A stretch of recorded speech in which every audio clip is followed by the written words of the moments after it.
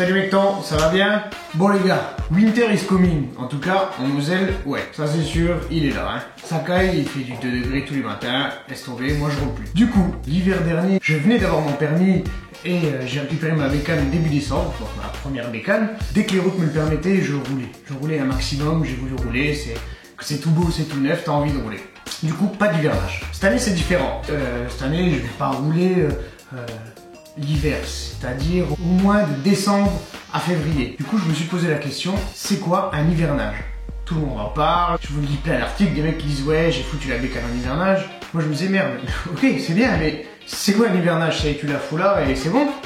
Alors ben voilà, donc j'ai commencé à me documenter, à regarder un peu, poser des questions, demander des conseils à d'autres motards, etc.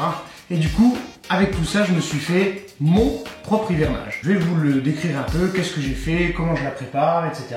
pour qu'elle puisse dormir tranquillement tout l'hiver. Du coup, je vais te présenter c'est quoi un hivernage de Mecton. Voilà, un hivernage, ça commence par un lavage complet de ta bécane. L'hiver est long et ce serait dommage de stocker ta bécane dans cet état-là. Hein. Alors, astique, frotte, polish, fais ce que tu veux, mais fais en sorte qu'elle ait l'air de sortir de l'usine et qu'elle ait pas l'air de sortir d'un champ de maïs, hein, ça le con. Bref, beaucoup parlent de vidanger sa moto avant un hivernage. Question santé moteur. Que les liquides chargés en impureté aient pas le temps de faire des dégâts sur ta moto et qu'au moment de la redémarrer, tu pleures ta maman. Hein. Ça serait vraiment dommage. Après, si tu as respecté les dates de vidange établies par ton constructeur, tu peux te permettre de faire la passe sur la vidange de pré-hivernage quoi. Moi en tout cas c'est ce que j'ai fait et puis aussi pour préserver mon portefeuille, hein, j'ai un peu d'autres dépenses à faire aussi quoi. On passe au stockage de la moto. Pour moi ça se fera ici hein, dans mon garage et sous une housse spéciale moto que j'ai de côté là ici à l'abri des intempéries. Mais c'est pas pour ça que tu peux éviter la corrosion juste grâce à cette petite housse ou les 4 murs qui entourent ta bécane. Faut savoir qu'une housse ça peut créer, c'est bien hermétique en fait. C'est vachement bien hermétique si tu l'as bien posé et ça peut créer un peu de condensation et du coup bah, forcément bah, de la corrosion. Donc essaie de laisser un petit fil d'air passer histoire que on évite tout ça quoi. Ensuite côté liquide et notamment du réservoir, il est conseillé de vidanger complètement le réservoir pour les motos à carburateur et donc de vidanger aussi tout le circuit essence et les cuves, les cuves des carburateurs. Pour les motos à injection électronique, il est conseillé de stocker ta bécane avec le plein du réservoir.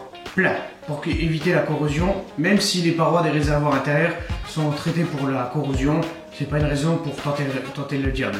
Donc, qu'est-ce que tu fais? Bah, tu mets le plein. Et ouais, mec, même quand c'est l'hiver et que tu roules pas, tu dois encore mettre le plein.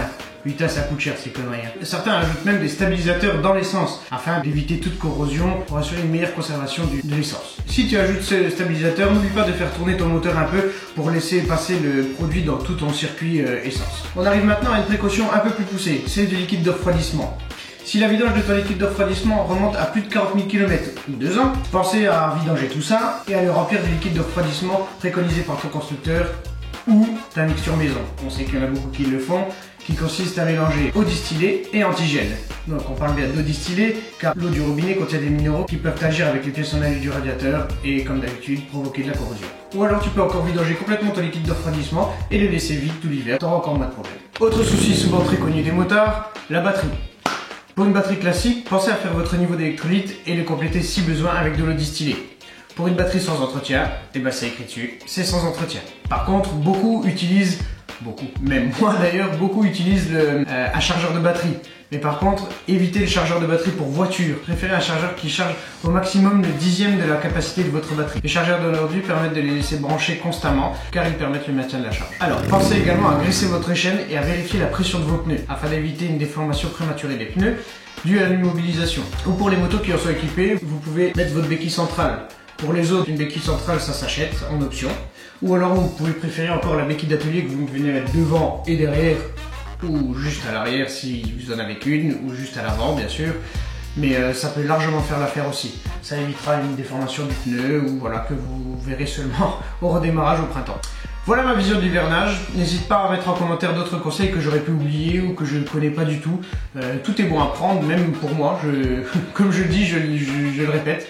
Je débute et je sais pas tout. Je me renseigne sur plein de choses, sur plein de sujets qui m'intéressent autour de la moto, mais je sais pas tout. Donc à vous, mécanos ou ceux qui possèdent une grande expérience moto, n'hésitez pas à me laisser des commentaires. Moi, je prends tout et je lirai tout avec grand plaisir.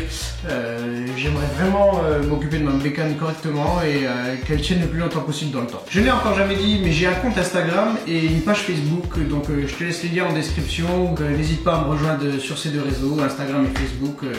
On pourra même discuter si ça te fait plaisir et échanger sur plein de sujets différents. Comme d'habitude, n'hésite pas à laisser un pouce bleu sur la vidéo, ça pourra vraiment m'aider à développer la chaîne. J'en ai grandement envie de faire encore plein de choses, j'ai plein d'idées, donc n'hésite pas à mettre un pouce bleu et à laisser un commentaire et bien sûr à t'abonner. Je te laisse tous les boutons ici. Sur ce, salut Hector!